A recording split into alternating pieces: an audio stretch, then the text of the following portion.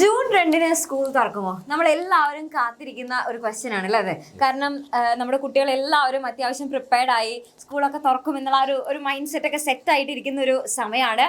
അപ്പൊ ശരിക്കും June 2 school തുറക്കുമോ? അപ്പൊ ജൂൺ 2 സ്കൂൾ തുറക്കാനുള്ള ചാൻസസ് വളരെ കുറവാണ് ഇപ്പോഴത്തെ സാഹചര്യത്തിൽ. അതായത് നമ്മുടെ ഒട്ടുമിക്ക ജില്ലകളിലും റെഡ് അലർട്ട് പ്രഖ്യാപിച്ചിട്ടുണ്ട്. സംസ്ഥാനത്തൊട്ടാകെ എന്ത് ചെയ്യാണ്, ശക്തമായിട്ടുള്ള മഴയാണ് പെയ്തുകൊണ്ടിരിക്കുന്നത്.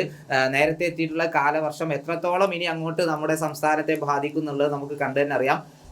ഹോപ്പ് ഫോർ ദി ബെസ്റ്റ് എന്നൊക്കെ പറയുന്ന പോലെ നമുക്ക് 2018 പോലെയുള്ള പ്രളയമൊന്നും ഉണ്ടാവാതിരിക്കട്ടെ എന്ന് നമുക്ക് പ്രാർത്ഥിക്കാം.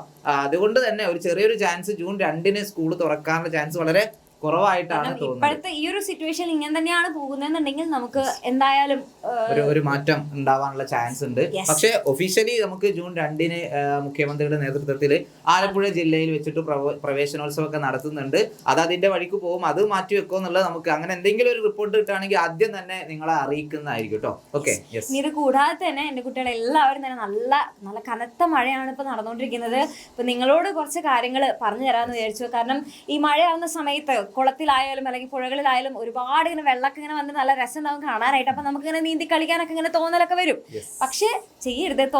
ചെയ്യണം തോന്നും, പക്ഷെ ചെയ്യരുത്. നമ്മള് വീട്ടിൽ നിന്ന് ഇറങ്ങുമ്പോൾ ചിലപ്പോൾ നമ്മുടെ ഞാനൊന്ന് ഫ്രണ്ടിന്റെ വീട്ടിൽ പോയിട്ട് വരാം അങ്ങനെ പറഞ്ഞിട്ടായിരിക്കും ഇറങ്ങുന്നുണ്ടാവും. പക്ഷെ നിങ്ങൾ ഫ്രണ്ട്സ് എല്ലാവരും കൂടെ ചേരുമ്പോൾ പല പല ആശയങ്ങളും പല പല പദ്ധതികളും എന്ത് ചെയ്യും, നിങ്ങൾ ആവിഷ്കരിക്കും. നമുക്കൊന്ന് കുളത്തിൽ പോയാലോ, ഒന്ന് പാടത്തൊക്കെ അല്ലെ, പാടത്തൊക്കെ വെള്ളം കയറുമ്പോ മീൻ പിടിക്കാൻ പോവാം, അങ്ങനെ പല ചിന്തകളും വരും. അങ്ങനെയാണ് നിങ്ങൾ പല അപകടങ്ങളും ഉണ്ടാകുന്നത്. നമ്മൾ പത്രത്തിലും അതുപോലെ ന്യൂസ് ചാനലിലൊക്കെ കാണും, ഇന്ന സ്ഥലത്ത് ഇന്ന കുട്ടി മുങ്ങി മരിച്ചു അല്ലെങ്കിൽ ഒഴുക്കിൽ പെട്ടുപോയി. അങ്ങനെയുള്ള വാർത്തകൾ നമ്മുടെ വീട്ടിലെത്തുമ്പോഴാണ് എന്ത് ചെയ്യാ നമുക്ക് മനസ്സിലാവാം അങ്ങനെ ചെയ്യാൻ പാടില്ലായിരുന്നു എന്നുള്ളത്. അതുകൊണ്ട് എല്ലാവരും എന്ത് ചെയ്യാ, സേഫ് ആയിട്ടിരിക്കുക. പിന്നെ അത് കൂടാതെ തന്നെ നമുക്ക് അസുഖങ്ങളൊക്കെ വരാനുള്ള സാധ്യത വളരെ കൂടുതലാണ് ഈ ഒരു സമയത്ത്.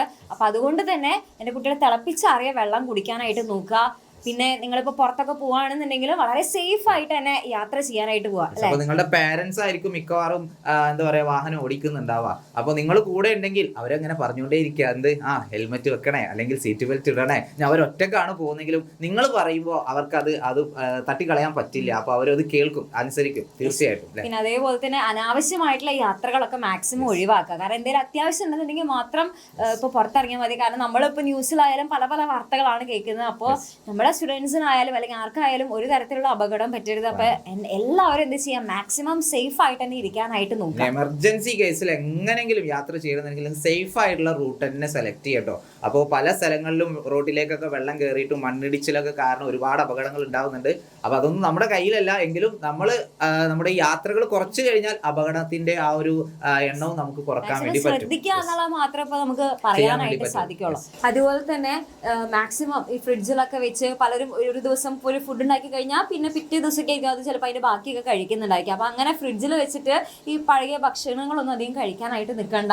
കാരണം എങ്ങനെയൊക്കെയാണ് അസുഖങ്ങൾ നമുക്ക് വരാന്നുള്ളത് പറയാൻ പറ്റില്ല. അപ്പൊ അതുകൊണ്ട് എപ്പോഴും നല്ല ഹെൽത്തി ആയിട്ട് ഇരിക്കാനായിട്ട് നോക്കാം. എപ്പോഴും നല്ല ഭക്ഷണം തന്നെ കഴിക്കുക. നമ്മുടെ ആരോഗ്യത്തിന് വളരെയധികം പ്രാധാന്യം നമ്മുടെ ഭക്ഷണം തന്നെയാണ്. നമുക്ക് അസുഖങ്ങൾ വരുന്നതിൽ ഒരു 90% കാരണം ഈ ഭക്ഷണത്തിൽ നിന്നാണെന്നാണ് ഡോക്ടർമാരൊക്കെ പറയുന്നത് അല്ലേ. അപ്പോൾ തീർച്ചയായിട്ടും നല്ല ഫുഡ് കഴിക്കുക. പിന്നെ ഇവർക്കുള്ള ഒരു ആശങ്ക എന്ന് പറഞ്ഞാൽ സ്കൂള് തുറക്കാൻ നേരം വൈകി കഴിഞ്ഞാൽ ഞങ്ങളുടെ പഠനം അല്ലെങ്കിൽ ഞങ്ങളുടെ എക്സാംസിൽ മാർക്ക് കുറയോ അങ്ങനെയുള്ള പ്രശ്നങ്ങളൊക്കെ ഉണ്ടാവും. പക്ഷേ നിങ്ങൾ ഒരു പേടിയും പേടിക്കേണ്ട മക്കളെ. സ്കൂളിന് ലേറ്റ് ആയിട്ടാണ് തുറക്കുന്നതെങ്കിലും അതിന് വേണ്ട സജ്ജീകരണങ്ങൾ എക്സാമിനർ ഫാമിലി നിങ്ങൾക്ക് വീട്ടിലിരുന്ന് തന്നെ പഠിക്കാനായിട്ടുള്ള സൗകര്യം നമ്മൾ ചെയ്തു തരുന്നുണ്ട്.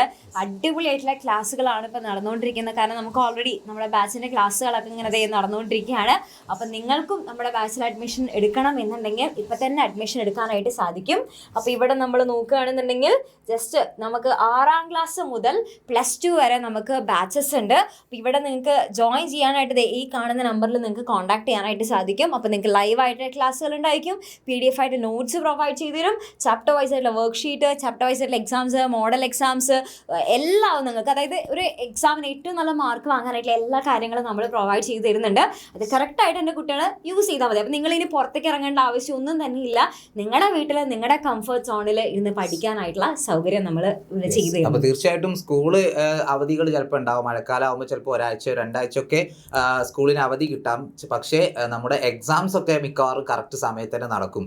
പഠിച്ചിട്ടില്ലെങ്കിൽ മാർക്ക് കുറയാൻ നമുക്ക് തന്നെ ആയിരിക്കും. അപ്പോൾ നമ്മൾ ഇതൊന്നും നമ്മൾ നോക്കേണ്ട കാര്യമില്ല. നമ്മൾ പഠിക്കുക എന്നുള്ളതാണല്ലേ. അപ്പോൾ നേരത്തെ പഠിക്കാം, അടിപൊളിയായിട്ട് പഠിക്കാൻ എന്ത് ചെയ്താൽ മതി, നമ്മുടെ ബാച്ചിൽ ജോയിൻ ചെയ്താൽ മതി. താഴെ കാണുന്ന നമ്പറിൽ ഒന്ന് കോൺടാക്ട് ചെയ്താൽ മതി കേട്ടോ. അപ്പോൾ ഒന്നും കൂടെ എല്ലാവരും സേഫ് ആയിട്ടിരിക്കുക.